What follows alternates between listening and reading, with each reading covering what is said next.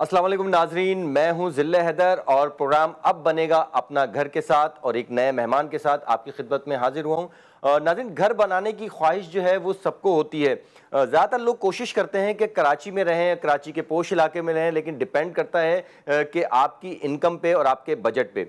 कराची में क्योंकि अब जगहें बहुत महंगी भी हो गई हैं, कंजेस्टेड हो गई हैं, तो लोग चाहते हैं कि उनकी कोशिश है कि पुरफ़िज़ा मुकाम पर रहें। इस हवाले से उन्होंने रुख किया है हाईवे की जानिब, जहाँ पे कई सोसाइटीज़ जो हैं वो अंडर कंस्ट्रक्शन है, बन रही हैं, प्लॉट्स मिल रहे हैं, कुछ लोग फ्लैट्स बना रहे हैं, कुछ आबादियाँ हो चुकी हैं, कुछ आबादी की तरफ इन प्रोसेस है। जब हम नूरियाबाद की तरफ जाएँ, कराची सोराबगोड़ से नूरियाबाद की तरफ जाएँ, तो पुरफ़िज़ा मुकाम पर एक आपको एक प्रोजेक्ट नज़र आता है जो कि काफ़ी स्मार्ट है और उसका नाम भी है स्मार्ट सिटी। हमने कोशिश करी थी कि उसकी तमाम चीज़ें जो हैं वो आपके सामने रख सकें ताकि आपके बजट में उनका प्लॉट आ सके।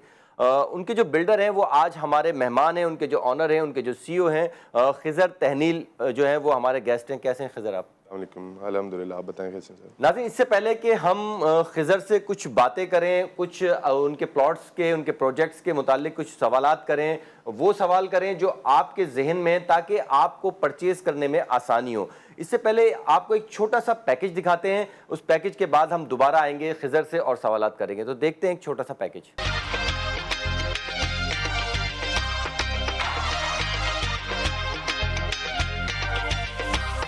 स्मार्ट सिटी सोसाइटी नूरियाबाद जदीद दौर की तर्ज रिहाइश का नाम है। पाकिस्तानी शहरियों की जरूरियात को पूरा करने के लिए इस प्रोजेक्ट में तरक्की याफ्ता ममालिक की तर्ज पर इंफ्रास्ट्रक्चर रखा गया है।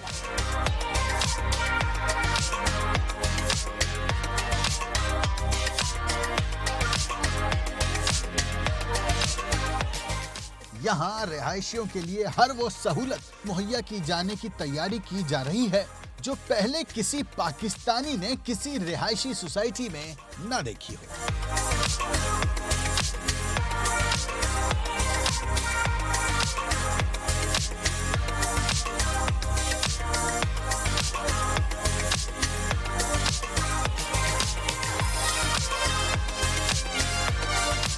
तहनील group builders and developers smart city society Nooriabad Fakhriya पेश कर रहा है।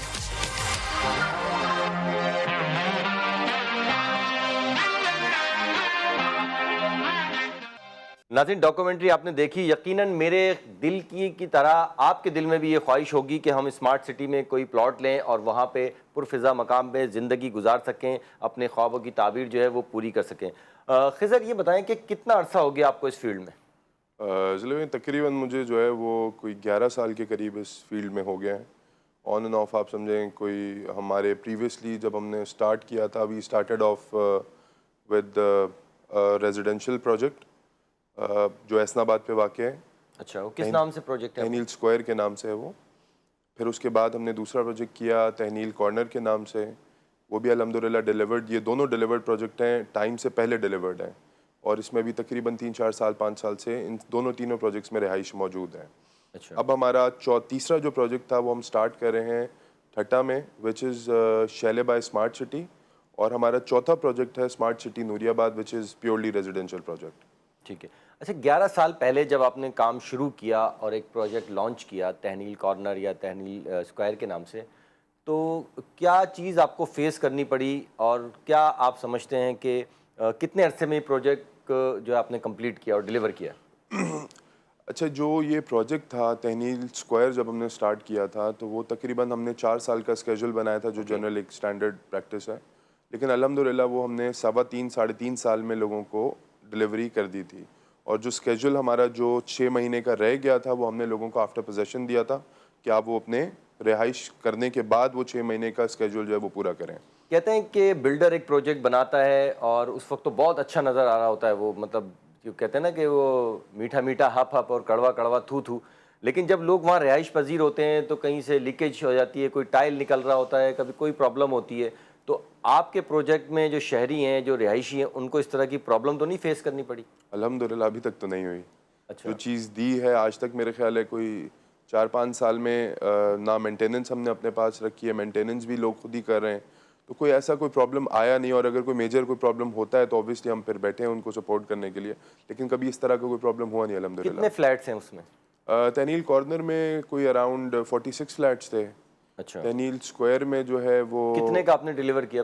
बुकिंग कितने में की थी और आज उसकी क्या वैल्यू है, ताकि हमारे नाजरीन जो हैं, जो देख रहे हैं, जो ख्वाहिशमंद हैं, इन्वेस्टर भी जो देखते हैं प्रोग्राम, उनको पता चले कि जो आपके प्रोजेक्ट में अगर लेते हैं तो उसकी कीमत किस तरह शूट करती है, कितनी ज़्यादा जाती है, ताकि वो भी इन्वेस्ट कर सकें।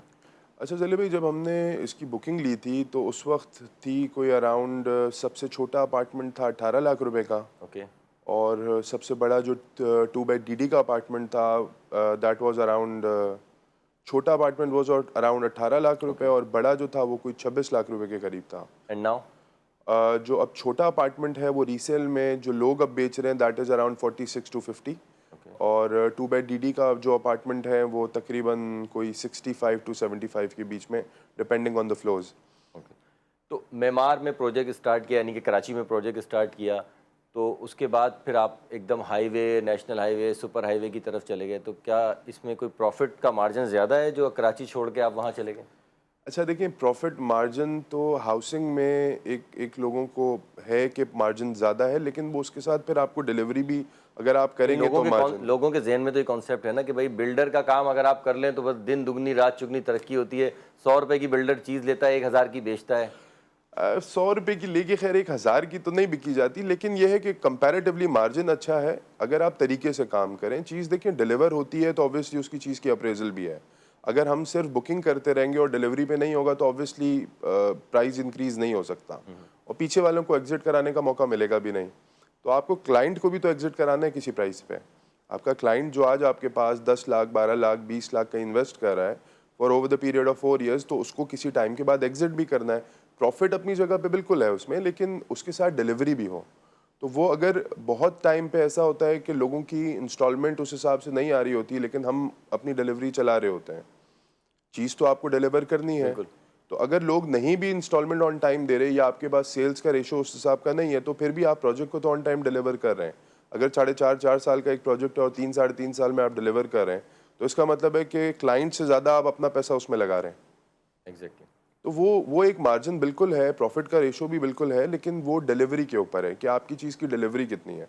अगर वो ऑब्वियसली डिलीवरी नहीं है तो फिर प्रॉफिट तो बहुत दूर की बात है, लॉस में ही रहेंगे आप।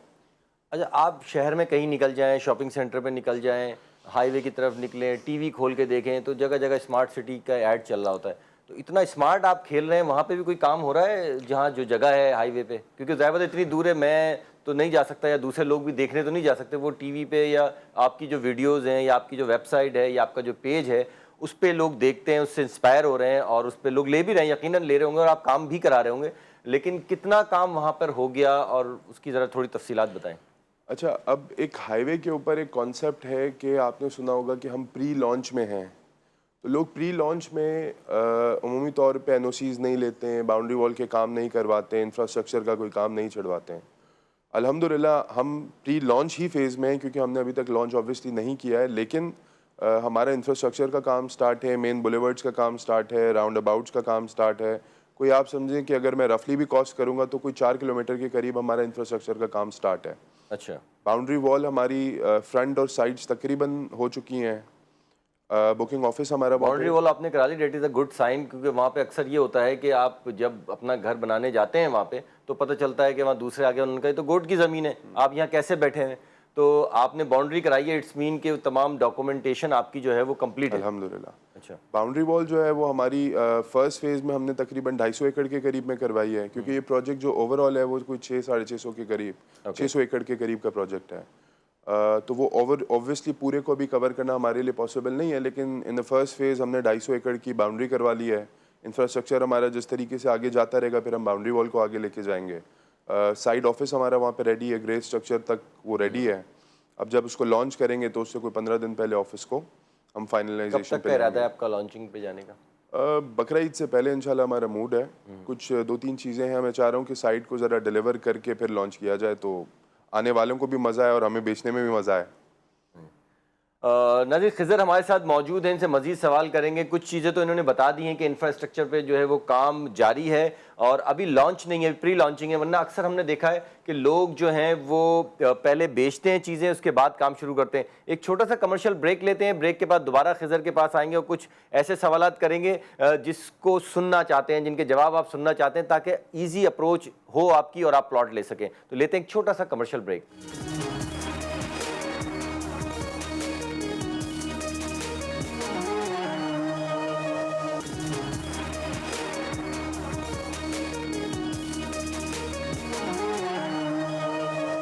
वेलकम बैक नाज़रीन।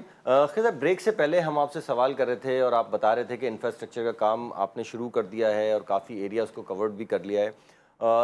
लॉन्चिंग के वक्त क्या इरादा है कि कितने का प्लॉट आप देंगे, क्या उसका तरीक़ेकार होगा, डाउन पेमेंट कितनी होगी, मंथली कितनी पेमेंट होगी, ये थोड़ा सा बताएं ताकि लोग देख सकें, अपना बजट भी चेक कर सकें। आजकल हालात ऐसे हैं कि पहले अपनी जेब देखें, बाद में जो है वो इश्तिहार या टीवी देखें।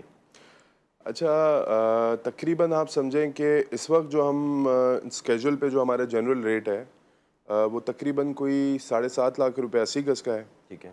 और 120 गज़ का हमारा जो है वो कोई 11.5 लाख रुपए के करीब का रेट है। ये कैश बता रहे हैं या नहीं, ये इंस्टॉलमेंट है। ओके। ठीक है। इसमें जो है वो अभी हम इसको कुछ कैश डील निकालेंगे तो वो उसमें हम अराउंड आप समझे कोई 60% के करीब का ऑफ देंगे फॉर अराउंड 45 to 50 डेज़ में हमारा ये प्रोसेस है जो अभी हम स्टार्ट करेंगे और उसको कोई 2-1.5 महीने के करीब हम इसको चलाएंगे। ठीक है। 60% of would be on the price of the plot और फिर जब हम इसको on cash basis, on cash basis और दूसरे फेज़ में जब हम इसको लेके जाएंगे तो कैश की डील क्लोज कर देंगे तो वो 60% वुड बी अराउंड ऑन 30% और हमारा जो स्केड्यूल होगा वो कंटिन्यू होगा। 2 लाख रुपए डाउन पेमेंट होगी और कोई 10,000 या 8,000 रुपए के करीब हमारी स्केड्यूल प्राइस होगी। What is the time duration of installment? That is around कोई 5 साल के करीब हमारा स्केड्यूल प्लान है जिसमें क्योंकि देखिए अभी अब जब हम डिलीवरी की तरफ जा रहे हैं तो अब हम स्टार्ट कर रहे हैं प्री लॉन्च में, तो जब आप विज़िट करेंगे साइट को तो आपको खुद मज़ा आएगा या क्लाइंट्स को आके विज़िट करेंगे तो उनको चीज़ समझाने की ज़रूरत नहीं पड़ेगी क्योंकि वो ऑलरेडी उनको पता है हाईवे की प्रैक्टिस। जब वो एक क्लाइंट वहाँ पे जनरली आता है तो अपनी आंखों से डिलीवरी देख सकता है ना, उसमें आपको कुछ समझाने की ज़रूरत है या मुझे बताने की ज़रूरत है। जब एक क्लाइंट ज़मीन पर खड़ा होता है और उसको कुछ चीज़ नज़र आ रही होती है तो मेरा ख्याल है कि उसको मुतमईनी का जो लेवल है उसका वो दूसरा होता है। तो फिर हमारी प्राइस हम इंशाल्लाह इंक्रीज़ करेंगे और हमारा मूड है कि हम 5 साल से पहले जो है वो उसको डिलीवर कर जाएं कोई 4, 3.5-4 साल में। अच्छा, आपकी इस बात से एक छोटा सा क्वेश्चन मेरे जहन में आया है, अगर आप मुझे गाइड करें और यकीनन जो नाज़रीन देख रहे हैं उनके जहन में भी ये सवाल होगा क्योंकि देखें थोड़ा सा फासला है कराची से। तो आपने कहा कि आके लोग देखें वहाँ पे तो मुतमईन होंगे, यकीनन मुतमईन होंगे, आप काम करा रहे होंगे, ऑन एयर इतनी बड़ी बात कर रहे हैं आप। यहाँ से जाएगा कौन इतनी दूर? आपने कोई इसका बंदोबस्त भी तो करें ना। आप जहाँ आप इतना पैसा खर्च करते हैं, करोड़ों रुपया एडवर्टाइजमेंट पे, इसमें उस पर, तो उस पर कुछ आवाम की सहूलत के लिए हो ना कि वीकली फॉर एग्जांपल संडे को आप एक गाड़ी का अरेंज करेंगे, 12 बजे या 1 बजे गाड़ी यहाँ से जाएगी, फिर आप पब्लिक को लेके जाएं, उनको विजिट कराएं, खाना भी खिलाएं, उनको लंच भी कराएं। तो लोग ऐसा कर रहे हैं, कई लोग, कई सोसाइटीज़ ऐसी हैं जो इस तरह। तो आपके जहन में कोई प्लान है? अच्छा, हमारा इसमें विजिट्स का ये होता है कि हमारा एक ऑफ़िस गुलशन में है बैतुल मुकर्रम पे, एक हमारा ऑफ़िस मेमार में है। तो जो क्लाइंट्स का डेटा होता है वो हम कलेक्ट कर लेते हैं और उनको एक विज़िट लाइन अप कर देते हैं। एवरी वीक हमारा ईदर ऑन सैटरडे और संडे तो हमारे पास जो है वो विज़िट अवेलेबल है। क्लाइंट हमारे ऑफिस आए, हम खुद उसको विज़िट कराएंगे और विज़िट करा के वापस लेकर आएंगे। नाज़रीन, जिस वक्त आप ये प्रोग्राम देख रहे हैं, आपसे कुछ देर के बाद मैं अपने प्रोड्यूसर से रिक्वेस्ट करूंगा कि स्मार्ट सिटी का जो ऑफिस है गुलशन में या मेमार में या हेड ऑफिस और कॉन्टैक्ट नंबर वो एक स्लाइड पे चलाएं ताकि आवाम जो है वो शहरी जो इंटरेस्टेड हैं वो इनसे कॉन्टैक्ट कर सकें। जी, तो आपका कहाँ का बताया आपने? गुलशन में? गुलशन में हमारा बैतुल मुकर्रम पे ऑफिस है, एक हमारा गुलशन मेमार में ऑफिस है जो मेरा प्रोजेक्ट है उसी के अंदर मेरा ऑफिस है। तो तकरीबन वो कोई समझे आप 10 साल से तो सेम ऑफिस है वहीं पे मेमार में प्रोजेक्ट पे। तो हमारे पास ये दोनों पॉइंट्स हैं जिधर हम विजिट अवेलेबल होता है क्योंकि बैतुल मुकर्रम हसन स्क्वायर एक ऐसी जगह है जो कलेक्टिवली सबके लिए सेंटर पड़ता है और मेमार की कुछ सराउंडिंग है जो वहाँ नहीं आ सकती है तो उनके लिए फिर ये कन्वीनियंट पड़ता है। तो दूर एज इन मैं आपको बताऊँ डिस्टेंस अगर आप मेरे ऑफिस से मेमार से लगाएंगे तो कोई 45 to 50 मिनट्स लगते हैं जाना। ठीक है, ठीक है, और इतना ही टाइम ऑब्वियसली आने में भी लगता है। अब वो लोगों को जो नूरियाबाद का परसेप्शन था कि नूरियाबाद शायद पता नहीं 2 घंटे लगेंगे या 1.5 बात घंटे, देखते थे तो हम समझते थे कि बस हैदराबाद आने वाला, तैयारी पकड़ लें, बैग वैग तो सही कर लें। वो असल में देखिए आपको पहले हाईवे पे ये समझना है कि आपको एक्चुअली आपकी लोकेशन में बेहतरी क्या है, क्या बेहतर है कि आप उसमें इन्वेस्ट करेंगे। 2-3 फैक्टर्स हैं हाईवे पे। Excuse me. आप अगर कराची से हैदराबाद जाते हैं तो आप बीच में आपको कोई मेरे ख्याल है 300 से ऊपर सोसाइटीज़ नज़र आ जाएंगी। एग्जैक्टली। अब उनमें प्रॉब्लम यह है कि आपके पास इंटरचेंजेस कितने हैं जो आप टर्न करके राइट पे या लेफ्ट पे आ सकें। एग्जैक्टली। पहले तो हाईवे पे जब इंटरचेंजेस नहीं थे तो कहीं से कट थे तो लोग कहीं यहाँ से ले लेते थे या दूसरी और तरफ इसमें से ले लेते एक्सीडेंट थे। में भी इजाफा होता था। एग्जैक्टली। तो अब उन्होंने वो इंटरचेंज बना दिया। अब आपके पास इंटरचेंज के अलावा कोई दूसरा हल नहीं है। ठीक है। हाईवे पे बहुत सारी सोसाइटीज़ हैं जो क्लेम करती हैं कि हम अपना इंटरचेंज से पहले रास्ता खुलवा लेंगे, लेकिन ऐसा हो नहीं सकता क्योंकि एक निज़ाम है। अब आपके पास कराची से हैदराबाद तक कितने इंटरचेंजेस हैं आप खुद गिन लें। उस इंटरचेंज में से एक पे हम बैठे हुए हैं।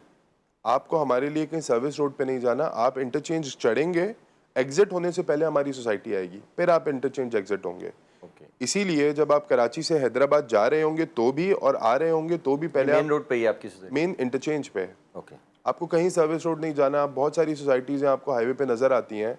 अब आपको उनका रास्ता ढूंढने में टाइम लगता है, तो आप अगले इंटरचेंज से घूम के फिर वापस सर्विस रोड आते हैं। तो दैट इज़ कि 10 किलोमीटर आगे जाएंगे इंटरचेंज से, फिर 10 किलोमीटर घूम के सर्विस रोड आएंगे। तो हमारे पास आप इंटरचेंज से चढ़ेंगे, सोसाइटी में जाएंगे और इंटरचेंज से ही एग्जिट हो जाएंगे। आपके पास जो एक्चुअल इंटरचेंजेस हैं वो 3-4 हैं जो अवेलेबल इंटरचेंजेस हैं। उसमें से तीन में से एक पे हम बैठे हुए हैं। अच्छा, तो आप जो जिस इंटरचेंज पे हैं वो हैदराबाद से ज़्यादा करीब है, बीच में है या पहला है? नहीं, वो हैदराबाद से ज़्यादा करीब है कराची के बनस्बत, क्योंकि देखिए अब आप यहाँ से निकलेंगे तो आपके पास एक सरी इंटरचेंज आता है। सरी के राइट साइड पे आपके पास इंडस्ट्रियल शुरू हो जाता है। उसके बाद बाजार इंटरचेंज के पास आपके पास कोई ऐसा रास्ता है नहीं। फिर नूरियाबाद इंटरचेंज है। नूरियाबाद में right side through out industrial है, लेफ्ट साइड पे एक प्रोजेक्ट है और उसके बाद आगे बुला खान इंटरचेंज है। तो हमारा जो है वो मेन थाना बुला खान इंटरचेंज पे है। ओके। और वो थ्रू आउट राइट और लेफ्ट दोनों रेजिडेंशियल है। हैदराबाद से आपकी कोई ख़ास मोहब्बत है कि हैदराबाद के करीब ये प्रोजेक्ट भी एक प्रोजेक्ट आपका, जो मेरी इतलात के मुताबिक कि हैदराबाद में भी आपने कोई काम शुरू किया है? जी, हैदराबाद में अभी हमने एक प्रोजेक्ट स्टार्ट कर रहे हैं, स्मार्ट सिटी। असल में स्मार्ट सिटी जो है वो एक फ्रेंचाइज हम लेके चल रहे हैं। ओके। जिसमें हमारे पास ठट्टा में शैलेबाई स्मार्ट सिटी है। एक हम अभी प्लान में हैं कि ठट्टा के लिए हम एक रेजिडेंशियल प्रोजेक्ट निकालें, तो दैट वुड बी अराउंड नाम ठट्टा स्मार्ट सिटी बाय ठट्टा। फिर हमारा ये नूरियाबाद स्मार्ट सिटी, फिर हमारे पास जो है वो स्मार्ट सिटी हैदराबाद है। तो अभी हमने उसको लॉन्च नहीं किया, पहले इसको लॉन्च करेंगे, फिर इंशाल्लाह नेक्स्ट कोई 5 महीने में उसको लॉन्च करेंगे। लेकिन वो भी लोकेशन बहुत अच्छी है। अच्छा, बीच में एक सुनने में एक बात गश्त हुई थी, एक आवाज़ आई थी कि आप कोई पाकिस्तान में एक अपनी नौइयत का एक मुनफरिद एक प्रोजेक्ट लाने वाले हैं, जो हमारे हवाले से यानी कि मीडिया के हवाले से मीडिया सिटी के नाम से जैसे दुबई या दूसरी जगहों पे होता है। तो ये सिर्फ अफवाह थी या इस पर कोई काम आपने शुरू किया हुआ या इरादा रखते हैं या सिर्फ सोचा है अभी? नहीं, इसके ऊपर हमारी तकरीबन वर्किंग हो गई है। अच्छा। एक हमने एक डिस्ट्रिक्ट निकाला है। बेसिक हमारी जो ये नूरियाबाद की प्लानिंग है, ये मैं आपके साथ जब शेयर करूँगा तो आपको बड़ा मज़ा आएगा इसमें। ये मुनफरिद है।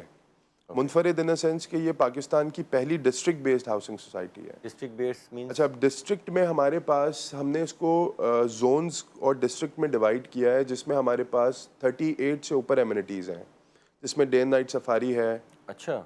हमारे पास म्यूज़िकल फाउंटेन्स हैं और इस तरीके की जो एक जिस तरह आपके पास आप कहीं इंटरनेशनली जाते हैं तो आपके पास एक स्ट्रीट आती है, वॉकिंग स्ट्रीट आती है, तो हमारे पास एक वॉकिंग स्ट्रीट का कॉन्सेप्ट है। तो इस तरीके से हाइट स्ट्रीट है। एग्जैक्टली। तो मिला के कोई 38 एमिनिटीज़ बनती हैं छोटी बड़ी। उसमें हम एक मीडिया सिटी निकाल रहे हैं, जिस तरह आपने दुबई में देखा होगा मीडिया सिटी है। तो उसमें हम आपके पास अब हैदराबाद से जो लोग हैं उनको कन्वीनियंट नहीं है कराची रोज़ अप डाउन करना, और कराची वाले को हैदराबाद जाना नहीं है। तो हम एक सेंटर में एक जगह बना रहे हैं मीडिया के लिए, जो सिर्फ डेडिकेटेड मीडिया के लिए होगा। उसमें प्लॉट्स भी सिर्फ मीडिया के लिए होंगे, मीडिया के जो चैनल से रिलेटेड लोग होंगे उनके लिए होंगे। और हमारी कोशिश ये होगी कि हर चैनल का एक एटलीस्ट एक सब ऑफिसेज वो वहाँ पे उस सेंटर्स में खोलना शुरू करें। तो जो एम्प्लॉयज़ हैं मीडिया में जी, उनके लिए कोई एक्स्ट्रा फैसिलिटीज़ आप निकाल रहे हैं क्या है, या मतलब उनसे तो आप नहीं कमाएंगे ना? नहीं, उनसे फ़िलहाल उनसे नहीं कमाएंगे। लेकिन हमने उनके लिए एक चीज़ सोची है ये मीडिया सिटी में कि इनिशियली जो हम निकालेंगे उनका जब हम उसको अनाउंस करेंगे तो वो हम 0% डाउन पेमेंट पे निकालेंगे। ओके। क्योंकि मीडिया के जो मुलाजमीन हैं वो ज़ाहिर है उनकी तनख्वाहें उस हिसाब से नहीं हैं कि वो एक चीज़ को अफोर्ड करें, तो हमें उस चीज़ को अफोर्डेबल बनाना है लोगों के लिए। तो लेकिन हम हम टाइम पे पेमेंट भी नहीं दे सकते, हमारी तनख्वाहें आगे ऊपर नीचे होती हैं, ये भी अपने जेहन में आप रखिए। ऐसा ना हो कि 2 दिन लेट हो तो आप हमें लेटर भेजना शुरू कर दें, जल्दी इंस्टॉलमेंट दें वरना कैंसिल कर रहे हैं। नहीं, मीडिया वालों के लिए हम 3 महीने का रिलैक्सेशन और दे देंगे उसमें कि वो ना भी पेमेंट दे तो उनके प्लॉट हैं, लेकिन वो खैर इतना कैंसिलेशन का इतना प्रॉब्लम होगा नहीं। लेकिन हम क्योंकि उनको इतना कन्वीनियंट बनाना चाह रहे हैं कि अगर कोई 20, 25, 30 हज़ार रुपये भी कमाता है तो एटलीस्ट इसके बारे में सोच सकता है कि मैं यहाँ पे एक प्लॉट ले लूँ, क्योंकि मेन आपके लिए प्रॉब्लम डाउन पेमेंट है। अगर कोई 25, 30, 40 हज़ार रुपये कमाने वाला बंदा है तो वो 3 लाख रुपए या 2 लाख रुपए डाउन पेमेंट अफोर्ड नहीं कर सकता। एग्जैक्टली। तो उसके लिए अगर उसको उसके ऑफिस के करीब ही कोई घर मिल जाए और उसी जगह पे जो मीडिया सिटी में अगर चैनल मालकान और चैनल्स की हमारी कुछ बात चल भी रही है तो वो अगर वहाँ पे अपना इंटरेस्ट कुछ लोगों ने दिखाया भी है तो हम उसको अगर वहाँ पे एक टावर्स बनाना शुरू कर दें छोटे ऑफिसेज के, तो ये है कि बहुत सारा कलेक्टिव वहाँ पे रेवेन्यू भी जनरेट होना शुरू होगा और लोगों को जो हैदराबाद, कराची और वो जो सराउंडिंग है बड़ा बड़ा एक अच्छा एनवायरनमेंट उनको मिल जाएगा। ठीक है। तो ये है कि मीडिया के लिए अभी हम सोच रहे हैं और इंशाल्लाह उस पर जो है वो नेक्स्ट स्टेप में उस पर वर्किंग भी हमारी तकरीबन फाइनल है, लेकिन वो जो मीडिया के लिए हमने निकाला है या सोचा है वो यही है कि हम उसको 0% डाउन पेमेंट पे निकालेंगे। ठीक है। नाज़रीन, बहुत अच्छा साइन है ख़ासतौर पर मीडिया पर्सन के लिए और उनकी फैमिलीज़ के लिए जो ख्वाहिश रखते हैं कि कम आमदनी के बावजूद उनके पास प्लॉट या कोई रहने की जगह नहीं है तो वो यहाँ पे यकीनन बुक करा सकते हैं। जैसे ये लॉन्चिंग होगी तो हम यकीनन दोबारा खिज़र को बुलाएंगे और इसके बारे में मज़ीद तफसीलात लेंगे। एक छोटा सा कमर्शियल ब्रेक लेते हैं। ब्रेक के बाद अब हम सवाल करेंगे उस कम्युनिटी के बारे में जो मुल्क से बाहर रहती है, यानी कि ओवरसीज़, कि ओवरसीज़ के लिए इन्होंने क्या किया है। तो लेते हैं एक छोटा सा कमर्शियल ब्रेक।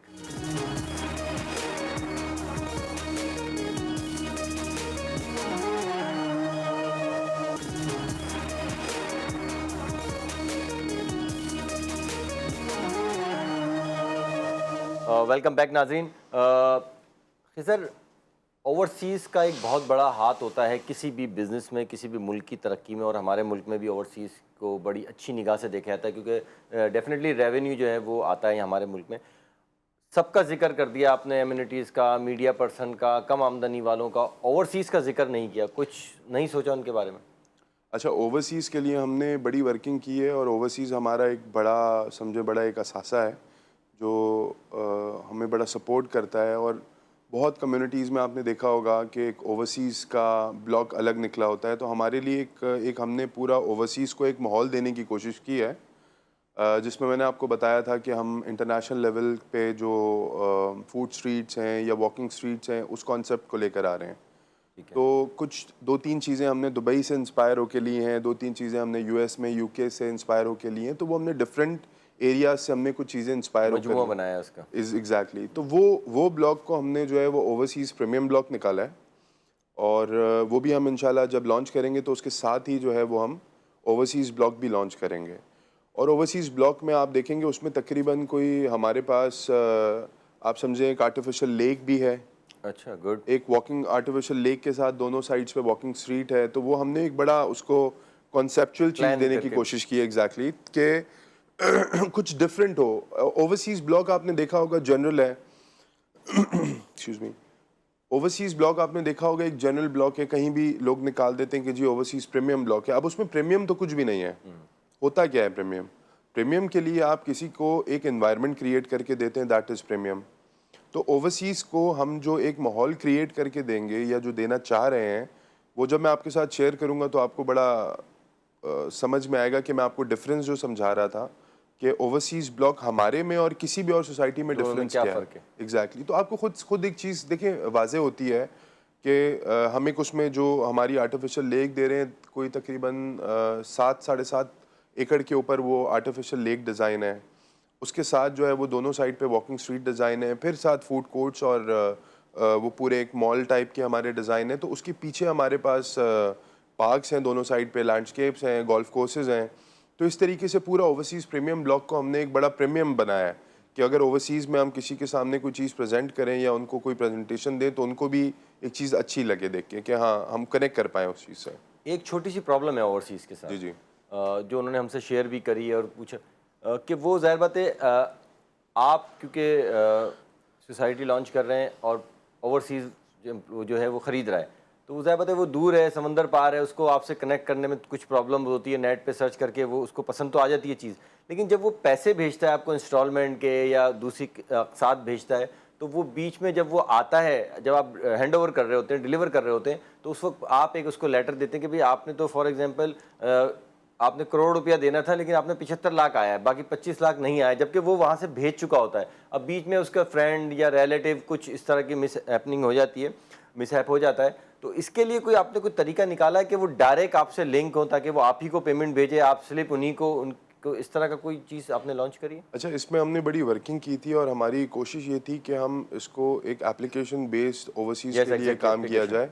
तो उसमें यह है कि जो वो वहाँ से पेमेंट ट्रांसफ़र करेंगे वो थ्रू आउट डायरेक्टली हमारे अकाउंट में आएगी, कोई बीच में आपको मिडलमैन या एजेंट की ज़रूरत नहीं है। और वो जो एप्लीकेशन है वो डायरेक्टली आपको एक जो उसकी रिसीविंग स्लिप है वो आपको भेज देगी, इधर आपके ईमेल एड्रेस पे या एप्लीकेशन के थ्रू आपके पास एक रिसीविंग आ जाएगी और आप उसको डाउनलोड करके अपने पास चीज़ में लगा एजेंट की या आपको रिश्तेदार की बिल्कुल जरूरत ज़रूर। नहीं। देखिए वो इसमें फिर जिस तरह आपने कहा कि लोग 1 करोड़ बेचते हैं और हमारे पास 75 आता है, तो वो जो बीच में मार्जिन रहता है वो बेचारा तो जब 5 साल बाद आता है तो उसको पता चलता है कि उसके साथ हुआ क्या है। बिल्कुल ऐसे ही। तो हम चीज़ों को एटलीस्ट ओवरसीज़ के लिए तो चाहते हैं कि बिल्कुल ट्रांसपेरेंट रहे। हम अपने अकाउंट नंबर मेंशन करेंगे, आप डायरेक्टली अपने अकाउंट में भेजें, हमारे पास रिसीव होगी, आपको डायरेक्टली रिसीविंग उसकी मिलेगी थ्रू ईमेल एड्रेसेस, क्योंकि आप बाहर तो इट्स वेरी कॉमन कि हर बंदा अपना ईमेल एड्रेस चेक करता ही है। यहाँ पे हमारे पास अनफॉर्चुनेटली नहीं होता, लेकिन बाहर आपको पता है कि तकरीबन हर बंदा अपना ईमेल यूज़ करता है, तो हम डायरेक्टली उनको रिसीव वहाँ पे उनकी रिसीविंग जो है पेमेंट की वो वहाँ उनको ईमेल कर देंगे, तो बीच में कोई ये जो फ्रॉडलेंट मार्जिन है ये ख़त्म हो जाएगा। ठीक है। अच्छा, एक चीज़ और बताएं, कुछ लोगों ने ये भी चीज़ फेस करी है कि हाईवे पे या कराची से बाहर आप लें, हाईवे का बार बार जिक्र हम नहीं करते हैं कि मार्केट गिर जाए उसकी, तो वहाँ किस्त भी दे देते हैं, बुकिंग भी कर लेते हैं, लेकिन बाद में पता चलता है कि बिल्डर बताता है कि यार कुछ पेपर एक दो एनओसी मेरी रह गई थी जिसकी वजह से ये कैंसिलेशन में जा रही है, या वो भाग जाता है, तो लोग परेशान होते हैं, बेयारो मददगार, जो भी छोटी मोटी जमा पूंजी होती है वो उनकी ज़ाया हो जाती है। ज़ाहिर बात है अगर उनके पास एक्स्ट्रा ऑर्डनरी या स्मार्ट अमाउंट हो तो वो कराची के अंदर लें जगह, वो दूर जाने का मकसद ये होता है कि वो अपनी एक ट्रेल बना लें और आसानी से कुछ सालों में वो पेमेंट कर दें। तो आपके पास डॉक्यूमेंट्स कंप्लीट हैं तमाम चीज़ें, और क्या क्या डॉक्यूमेंट्स अगर कोई भी जाता है लेने के लिए, किसी के पास भी, आपके पास नहीं किसी और के पास भी आता है, तो उसको क्या मशवरा देंगे बीइंग ए पाकिस्तानी कि वो वहाँ पे जाके क्या क्या डॉक्यूमेंट्स चेक करें? अच्छा ज़िले भाई, मैं आपको एक बात बताऊं, देखें बिल्डर फ्रॉड करते हैं और मार्केट में हो भी रहे हैं, लेकिन उसकी दूसरी वजह यह है कि वो मार्जिन मिलता कहाँ से है? क्लाइंट से मिलता है। एग्जैक्टली। आप एक चीज़ ख़रीदने निकलते हैं तो आप उसको फिज़िकली पूरा चेक करते हैं, और आप प्लॉट लेने निकलते हैं तो आप उसको चेक नहीं करते हैं।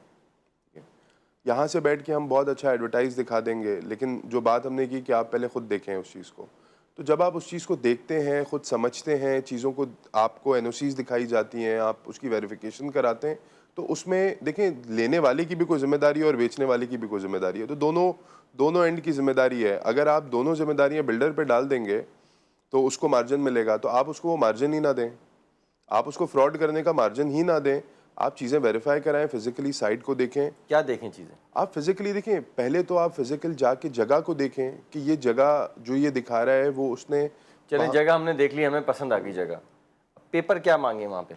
आप सीधी एनओसी लें, उसमें आप एनओसी लें उसके डिपार्टमेंट में, जिस डिपार्टमेंट ने वो एनओसी इशू की है। कितनी एनओसी होती है जो बिल्डर के पास मौजूद होती है सोसाइटी के लिए? सोसाइटी में उस तरफ जो है वो बेसिक तो पहले आपको उसकी टाउन प्लानिंग है, टाउन से अप्रूवल है, उसकी हेस्को की है, हेप्को की है, म्यूनसिपल कॉर्पोरेशन की है, उसके बाद मतलब ये जो आपके वाटर गैस सेवरेज बेसिक जो यूटिलिटीज़ हैं वो उनकी एनओसीज़ आप चेक करें। तो इस तरह की कोई मिला के कुछ 7-8 के करीब एनओसीज़ हैं। अब आप ये इन सबको चेक नहीं करा सकते हैं, तो उसके लिए हैदराबाद में एक डिपार्टमेंट है, हैदराबाद टाउन प्लानिंग का। तो जब आप ये सारी एनओसीज़ उनको कलेक्टिवली जमा कराते हैं तो वो आपको एडवर्टाइज़ की परमिशन देते हैं, जो आप ऑन एयर कोई चीज़ को एडवर्टाइज़ कर सकते हैं। अच्छा, अब बहुत सारे बिल्डर्स के पास आप देखते हैं कि उनका टीवी पे इश्तिहार नहीं चलता, वो फेसबुक पे इश्तिहार लगा रहे होते हैं, तो उनके पास एडवर्टाइज़ की एनओसी नहीं होती है। ओके। तो वो एनओसी फॉर सेल उनको नहीं मिली हुई होती है, उसके साथ जो है वो उनके पास ये हैप्को हैस्को उन्होंने सिर्फ सबमिशन करवाई हुई होती है, एनओसी नहीं होती है उनके पास। तो सबमिशन और एनओसी होने में फ़र्क है। तो आप ये जब सारी चीज़ें देखते हैं, लेकिन जो यहाँ से अगर हम बैठ के वहाँ इन्वेस्टमेंट कर रहे हैं, हम डिलीवरी की पोजीशन बना रहे हैं, हम अपनी जेब से इन्वेस्टमेंट लगा रहे हैं, तो हम उसको क्यों डिलीवर नहीं करेंगे? ना करने की कोई रीज़न होगी। अगर मैं वहाँ पे मेरे पास अगर मैं जनरल प्लॉट कैटेगरीज पे जाऊँ और मैं आपको कहूँ कि मेरे पास 10,000 प्लॉट्स हैं, तो मुझे वो 10,000 सेल करने पड़ेंगे। अगर तो मैं 20,000 सेल कर जाऊँगा तो मैं शायद एडजस्ट ना कर पाऊँ, तो मैं डिलीवरी नहीं करूँगा, लेकिन मैं 10,000 को तो फिर भी केटर कर पाऊँगा। अब प्रॉब्लम ये है, हाईवे के लोगों ने 2 एकड़ 5 एकड़ 10 एकड़ ज़मीन लेते हैं और नक्शा बना लेते हैं कि जी वो 200 एकड़ है हमारी। तो आप फिजिकली जगह तो देखें।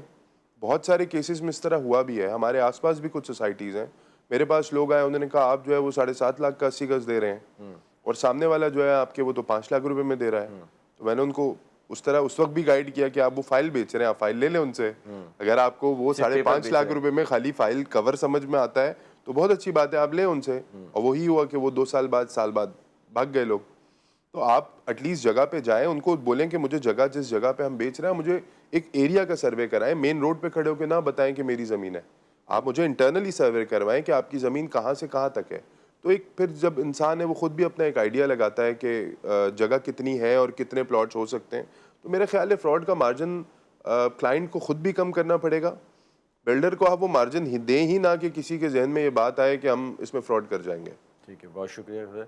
नाज़रीन, खिज़र हमारे साथ मौजूद थे, बहुत अच्छी बातें की हैं, बहुत पते की बातें की हैं। ख़ास तौर पे जो डॉक्यूमेंटेशन की वेरिफिकेशन है ये करना आप लोगों के लिए बहुत ज़रूरी है। अगर आज आप इस वेरिफिकेशन कर लेंगे डॉक्यूमेंट की, तो कल आपको या आपके बच्चों को किसी भी किस्म की परेशानी या प्रॉब्लम को फेस करना नहीं पड़ेगा। दूसरी अहम बात यह है कि अगर आप स्मार्ट सिटी में ओवरसीज़ कोई प्लॉट लेते हैं, कोई इन्वेस्टमेंट करते हैं, तो उनको पैसे जमा कराने का, इंस्टॉलमेंट जमा कराने का बहुत आसान तरीका है, ऐप के ज़रिए वो करा सकते हैं। दूसरी खुशखबरी हमारे मीडिया पर्सन के लिए है कि अनकरीब उनके लिए एक ऐसा ब्लॉग लॉन्च होने वाला है जहां वो आज़ादी से आसान अक़सात में, अपनी मर्ज़ी की अक़सात में अपना प्लॉट ले सकते हैं और वहां अपना घर बना सकते हैं। इसके साथ ही मुझे इजाज़त दें, अगले हफ्ते अगले नए मेहमान के साथ, नए प्रोग्राम के साथ फिर आपकी खिदमत में हाजिर होंगे। अल्लाह हाफ़िज़।